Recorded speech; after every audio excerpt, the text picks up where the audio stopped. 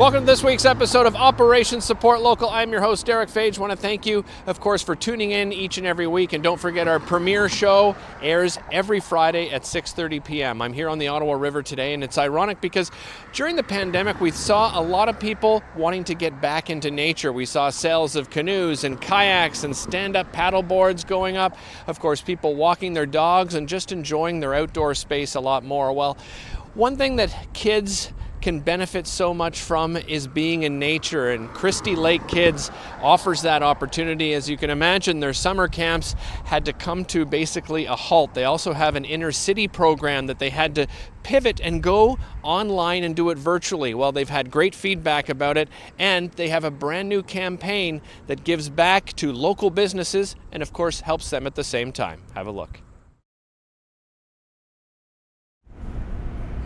Christie Lake Kids has been around since 1922. It was started off by some court judges who were seeing boys go into the criminal justice system young, and they felt that there was a better way to serve these kids by giving them a little bit more hope, I guess, than what they were seeing through the criminal justice system. So they came together, they got our camp together, and they started bringing boys in and giving them outdoor projects like canoeing, hiking, camping skills, and they started seeing a lot different results in how these kids reacted after they started doing that.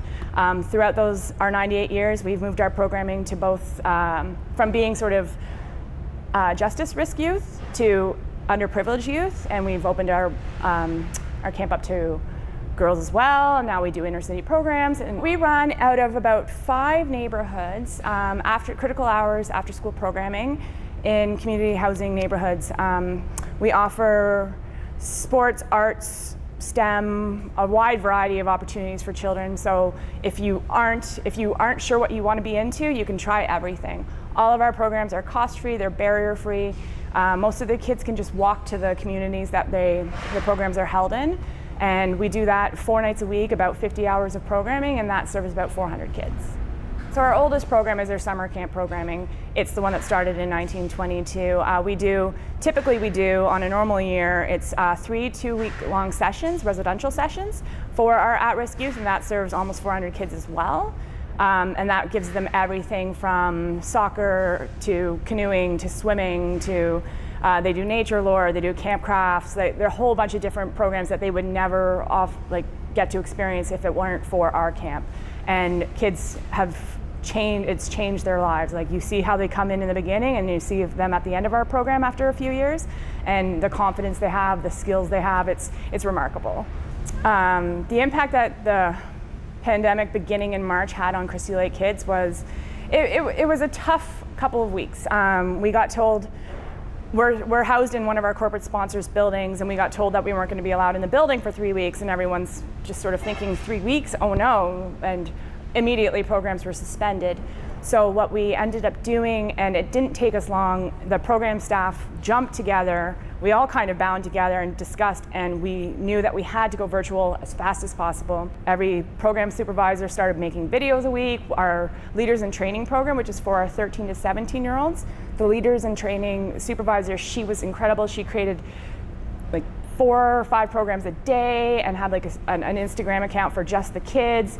And our STAR program supervisors did programs daily for all the kids. So we had a good connection. We got a good response out of that. And for how much time we had, I think it was quick and good. And then it gave us the knowledge we needed to move our camp program to virtual. Fundraising overall has just been very difficult. It's been an uncharted territory, something that has, obviously, the word unprecedented comes to mind for everyone. Difficult, you don't know who's affected and how. Well, you know everyone's affected, but you don't know exactly how. I know that the small local businesses in this community really suffered throughout the lockdowns. So I really wanted to come up with an idea that supported the community while we got supported at the same time, so that together we were both seeing some sort of mutual benefit.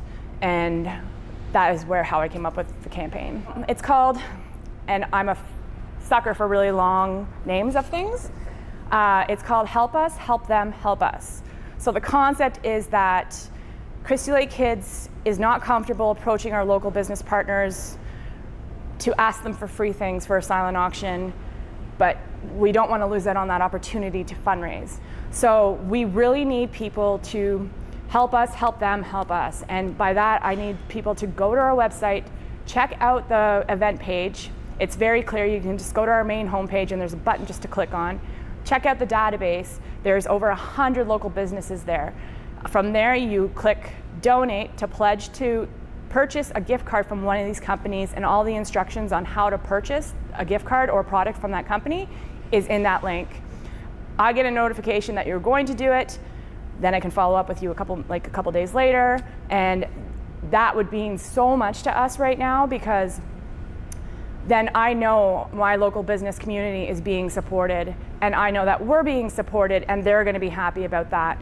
And that's been sort of the resounding feedback from our auction partners, is that this is so great, and this way I guarantee they get people in their doors, and they guarantee that they still get to support us.